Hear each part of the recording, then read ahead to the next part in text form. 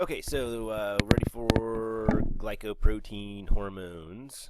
All right, you just have to worry about really what a glycoprotein hormone is. We're not going to worry about which ones per se are in that category, but a glycoprotein hormone. Oh, you guys remember what glyco means or glyco? Like glyce?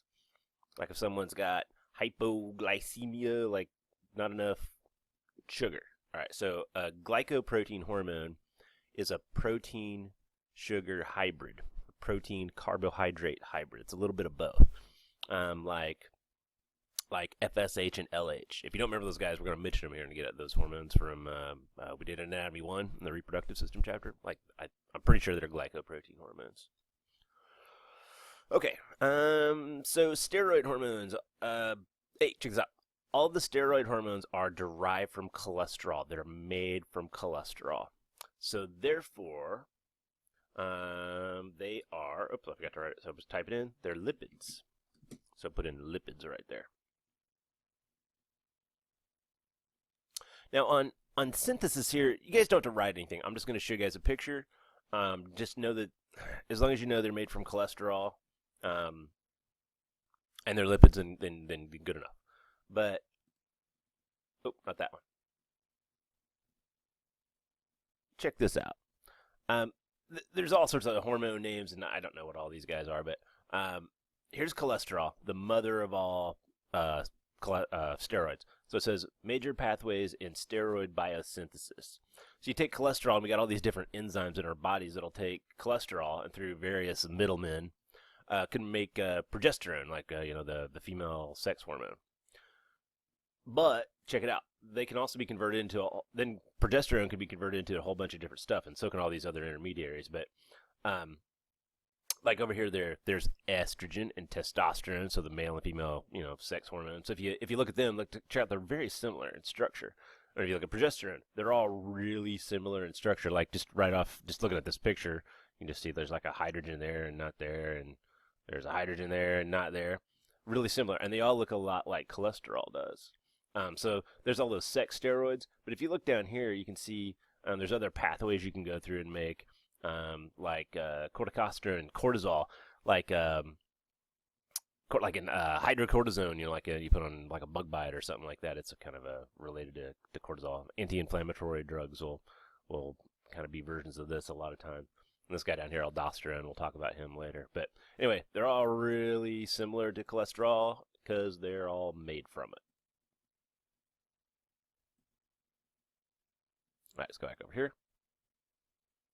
All right, steroids are soluble in other lipids. If you're a lipid, you dissolve in other lipids. So therefore, they can enter the target cells. They're not going to have any problem going through that plasma membrane.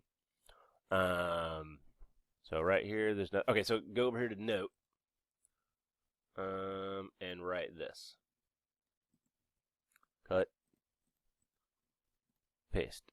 Receptor is inside the cell because the hormone can go inside, and it's going to act on the nucleus eventually. And most of these are going to be involved in gene activation. So the DNA is in the nucleus. Here's another picture. You don't have to memorize what's going on here. There's a very similar one to this in your book. But here's the steroid hormone. You can see it going into the cytoplasm of the cell. It just zips right through. Attaches to the receptor. Receptor goes into the nucleus, and here you can see it interacting with DNA, and it's activating a gene, kicking in transcription and translation. You guys remember messenger RNA and all that stuff from you did in general bio.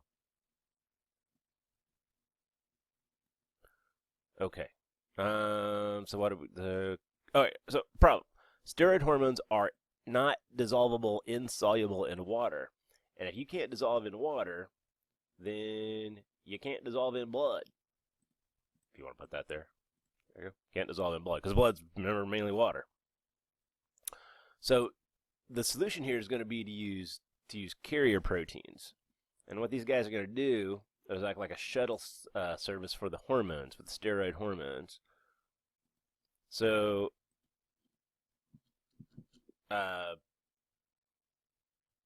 wait, what? Oh, transport. I don't know why I said that. Sorry, let's fix this.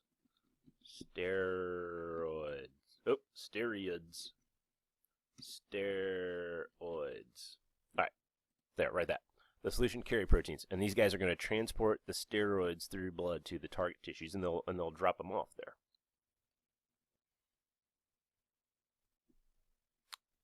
Hey, here's something. It's kind of related to this. It's not exactly the same thing, but you guys have heard of the your LDLs and your HDLs.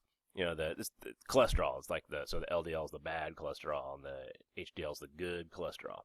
What it stands for, LDL is a low density lipoprotein, a fat protein hybrid, kind of like glycoproteins were carbohydrate protein hybrids. And here's an HDL, high density lipoprotein. But anyway, what they are, the good and bad cholesterol isn't, the cholesterol is the same. The difference is the transporter. And here you can see what they look like. So they're not exactly proteins. They're protein. My dog's barking a bunch if you hear him. Barky McBarkster out there. But you see the LDL is it's a hybrid of a bunch of protein and lipid molecules, hence the name. But what's good and bad about them isn't the actual cholesterol. It's where it's taking it. So the LDLs. Okay, so anyway, what's bad about the bad cholesterol isn't that it's different than the good cholesterol. It's the transporter. It's where it's taking it. So the LDLs take the steroids out and they'll deposit them in peripheral tissues. So that'll promote stuff like arteriosclerosis, hardening the arteries and stuff like that. And the HDLs will kind of take it into the liver and it'll help clear it from the body, remove it. Okay, so back to here. What causes endocrine glands to release hormones? 3 broad types of stimuli. Neural stimuli, which is just what it sounds like it is, pretty much. So it's when you're going to have the nervous system stimulate a gland to release a hormone. So nervous system stimulates gland, if you want to say to release hormone or whatever, but if it's not clear. For example, here. Sympathetic, hey, so I'll do a quick review. Sympathetic, is that the chilling branch or the freaking out branch?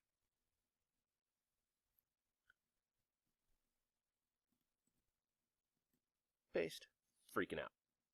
So the sympathetic nervous system, remember, which increases heart rate and does stuff like that. It'll also tell the adrenal glands to release epinephrine, which further kick in those sympathetic effects, increased heart rate and all that sort of stuff. Increase heart rate even more. All right, number 2, hormonal stimulation. So this is going to be where one hormone is going to act on another gland and make it release yet another hormone. So here, for example, we got testosterone.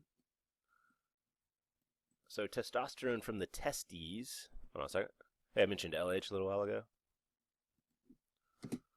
Stimulated by LH. It's called luteinizing hormone. I don't worry about the name right now. We'll do it later, but stimulated by LH, which comes from our pituitary. So when guys produce testosterone in the testes, it's because the pituitary released this LH and it told the testes to do it. Guys, hey, just a quick note. If you guys remember FSH and LH, those are both, they both act on the gonads in both sexes, boys and girls. So since they act on the gonads, they're called the gonadotropins. Act on the gonads. LH, remember that came from the pituitary. That's stimulated by another hormone called GnRH, which comes out of the hypothalamus, and y'all know the hypothalamus. And then down here on the bottom, for GnRH, we're just going to write down what it stands for. So remember, FSH and LH were called the gonadotropins. So a dang good name for a hormone that causes the release of the gonadotropins is gonadotropin releasing hormone, GnRH. Hey, I messed something up here. Go back. So we got 3 broad types of stimuli. Number 1, neural. Number 2, hormonal. And I just forgot the number, I guess. So right here, number 3, humoral stimuli. Humor is like an old school word for a body fluid here, but here it's referring to blood. So it's when a gland releases a hormone in response to a blood substance that's not a hormone, though. So if it's a hormone, it's hormonal. But if it's salt or sugar or something like that, then that's humoral. So the very famous insulin, insulin, and it's just around here somewhere, right? So it's released in response to high blood glucose levels. So there's other stuff that kind of do it too, but that's like the big thing. All right, so released in response to high blood glucose levels. So if you're going to release a hormone in response to high blood glucose levels, remember homeostasis and all that, what do you think the point's going to be? The point, if it's already high, you don't want to go higher, right? You want to go down, so it's going to decrease blood glucose levels. We'll talk about how it does it in, when we actually talk about insulin later on. All right. What happens to hormones after their job is done? This is mostly degraded by enzymes. Here, tell you what, guys. Just for the sake of time, let's just do one. This is destroyed by an enzyme called monoamine oxidase, but let's do this one. Steroids are degraded by the liver. So you get, remember talking about how cholesterol is sent to the liver and to be taken out of the body? Other steroids are too. All right, major endocrine organs. All right, for here we got the pituitary. You guys remember where the pituitary is at? Oops, I got it all over the place. So remember we did on the sheep brains. So it's a little out of the screen there. So right there, kind of the bottom middle of the brain, right behind where the optic chiasm's at, right below the hypothalamus too. All right. So what you just saw in that picture and what I just said, and note all the hormones that come out of the pituitary are protein hormones. There's nothing to add there. Two glands fuse together. Now here, this is actually on this other picture. Or move over a bit. This is zooming in. So if you look, there's an anterior pituitary and a posterior, so a front and a back pituitary, and they're histologically distinct. This is the opposite way. So here's the anterior now on this side and the posterior on this side. But if you look just a casual view, you can see they look really different. But this is going to show up too. Check it out. It says adenohypophysis and neurohypophysis. Okay, so go over here. Anterior pituitary. Anterior pituitary is made of glandular tissue. It's an epithelial tissue. So adeno means gland. That's kind of what I was thinking. But here, let me add that. Epithelial tissue. Glandular / epithelial tissue. So that when you're an embryo, I think it starts off sort of as like sort of the roof of your mouth and sort of heads back into your brain there. But that posterior pituitary is made out of nervous tissue. Hence its name. So it's like a piece of the hypothalamus that moves south when you're like a fetus or an embryo. So it's made of nervous tissue. It's called the neurohypophysis. Hypophysis, by the way, is another name for the pituitary. I should have put that up there, but. All right. Hormones released by the posterior pituitary are actually synthesized in the hypothalamus. We're going to do the anterior later. But these two hormones you did in Anatomy 1, ADH and oxytocin. So, ADH, you guys remember what it stands for? H is hormone. Oh, dang it, wrong one. Sorry. All right, remember, antidiuretic hormone. So, is it going to increase urine output or decrease urine output? Antidiuretic, decrease diuresis. What diuresis means pee a lot. So it's going to decrease urine output. And that's going to conserve body water. That's really the point. All right, guys, remember oxytocin. Oxytocin from as a hormone, it's both sexes use it as a neurotransmitter, but as a hormone, it's involved uterine contraction and milk ejection. So both very mom things. So having the baby, going into labor is stimulated by oxytocin, and once you have the baby, it helps eject milk to feed it. Hey, last thing to write, we're almost out of time. Neurohormones. A neurohormone is a hormone released by a neuron. So a hormone released by a neuron, both of these guys are neurohormones. All right, that's it.